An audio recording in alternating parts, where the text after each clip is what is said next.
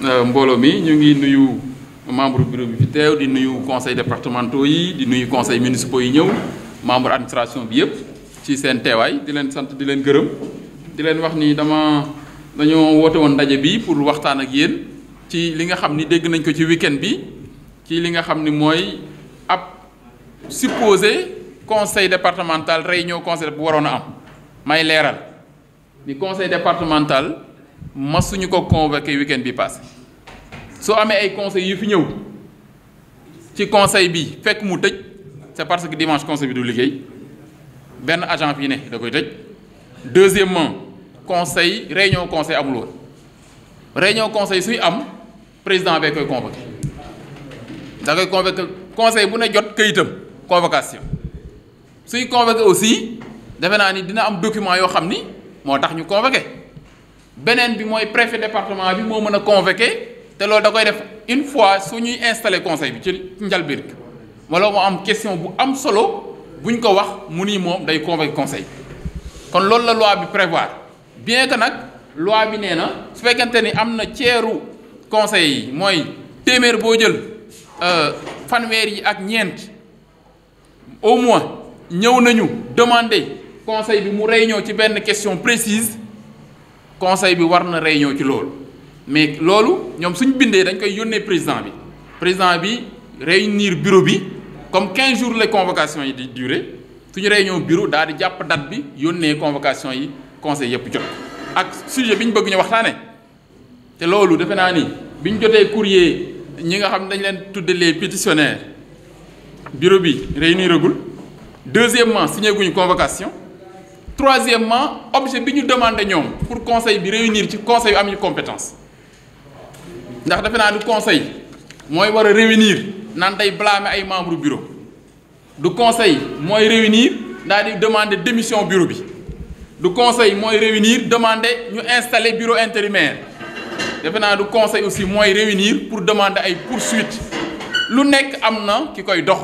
lu nekk am na ki ko war a régler ñun ci administration lañ nekk. mais conseil départemental da ngeen di war a xam ni aussi démembrement état la c'est-à-dire que état Sénégal ni muy doxee ñun démembrement lañu ñun moomuñ suñu bopp ci biir état Sénégal lañ nekk su amee lu ñu def loo xam ni jar na ñu destituer bureau bi ñu poursuivre ko am na keneen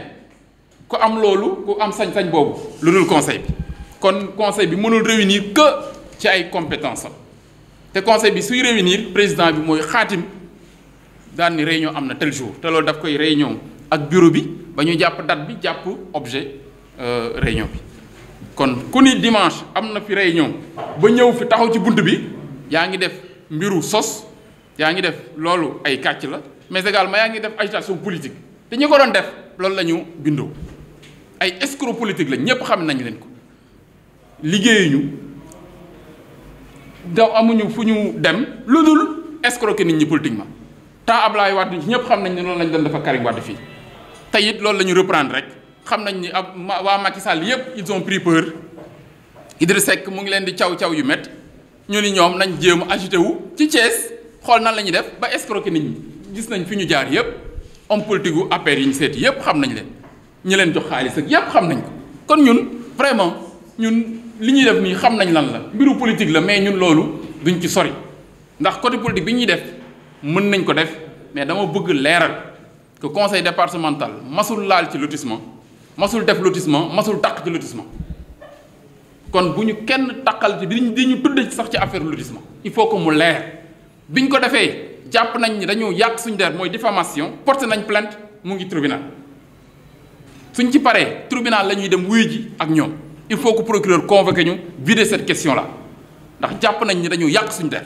kon ñun dootuñu ci wax une bonne fois xam ne ñun nag dañu am yeneen préoccupation yoo xam ne moo ñuy xaar te looloo ñu ëppal solo mooy lan la ñuy defal population yi écoles yi ñuy réaliser lycée yi ñuy def hôpitaux yi ñuy tabax loolu la ñuy dem inaugurer ci mais pas ne fi topp ci ay coow loo xam ne amul sens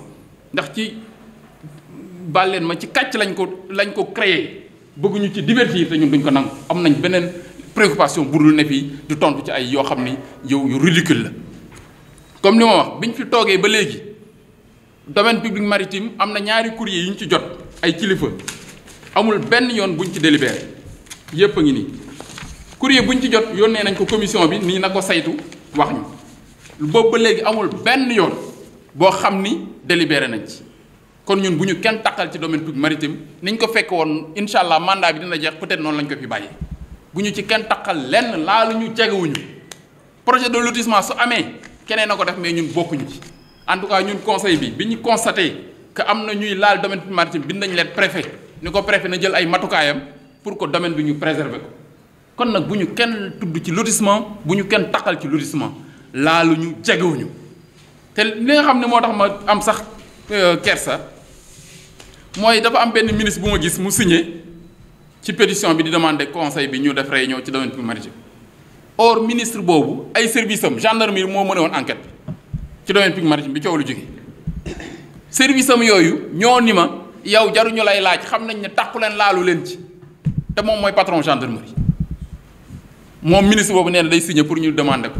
moom su doon toll na place am dëgg moom war na xam ni loolu ay kàcc la te moom am na lu ko war a doy ndax hélicoptère bi daanu temps yi ministère bi mu nekk forces armées ministre bi moom ci boppam dañ ko waroon poursuivre pour homicide involontaire ah oui ndax am na ñoo xam dañ ñàkk seen bakkan te moom mooy seen ministre hélicoptère yi peut-être moo ko jëndal ma ni kon am na moom lu ko war a doy ba tax na kon gis ko muy signé naan nañu laaj leeral te moom xam na ni ndax service mi rendre nañ ko compte état bi. kon ñun bu ñu kenn taqal duñu tudd ci ay affaire domaine public maritime il faut que mu leer loolu moom c'est la dernière fois sax ñu ciy wax beneen bi mooy tribunal la ñuy xaar mu wooñu pour ñi nga xam ne ñoo doon yàq suñu der ñu leeral ko il faut que ça soit clair et vidé mais bu ñu kenn woowati ci loolu li ñuy demander daal ñun finalement que cette affaire soit vidée par la justice mais ñun li ñuy concentré wu mooy dem liggéeyal waa Thiès loolu lañ mas a xam loolu lañ mas a def présentement ñu ngi préparer inaugurer suñuy école ak suñuy poste de santé yi ñu réalisé ak yan projet la ñuy engagé pour 2018 ñun loolu moo ñu ëppal solo que yëf escroc politique yi nga xam ne ñii loolu la ñuy dundee ñun dundewuñu loolu ñun am nañ yeneen préoccupation ca comme ni ma waxee rek am na xam nañ ni ñoom présentement Idrissa mooy def buzz Idrissa aussi mu ngi leen di caw yu metti xam nañ ni moom ñoom daanu lañ jëm affaire moo xam nañ ne jeexal na ba pare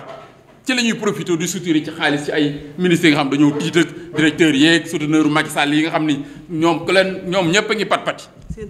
ñoom xam nañ noonu la ñuy dundee ndax même temps PDS xam nañ noonu la ñu doon def kon ñun ñii xam nañ leen du ñuy ñooñu jaaxal mais li ma mën a wax mooy conseil bi laalu jegewu taqu ci te bu ko ci kenn tuddati beneen bi mooy ñun am nañ leneen lu ñu gën a doy bi ci des mooy politiquement li ñuy jëflante ak ñoom xam nañ ko te ñun dinañ ñu ngi si terrain bi ak ñoom kon du loolu moo ñu jaaxal beneen bi mooy vraiment amatuñu énergie nag ak temps ne fii vraiment di tontu ci ay tëysante wala ay wax yu kasaw ndax am nañ leneen lu ñu préoccupé loo xam ne mu ëpp solo la ñu Cees waaye di gën a xaar ci loolu la ñuy vraiment liggéey quoi. ba tax na kon daal defe naa ni cette question là vraiment bii laa ci mujj a wax li ci des moom defe naa ni suñu progrès roowee di ngeen am matière di ngeen mën a fekkee di ngeen mën a assister di ngeen mën a suivre plaidoyer ak débat yépp te defe naa ni foofu lañ ko war a vider une bonne fois pour toutes en tout cas man loolu laa ci doon wax vraiment di leen sant di leen gërëm asalaamaaleykum.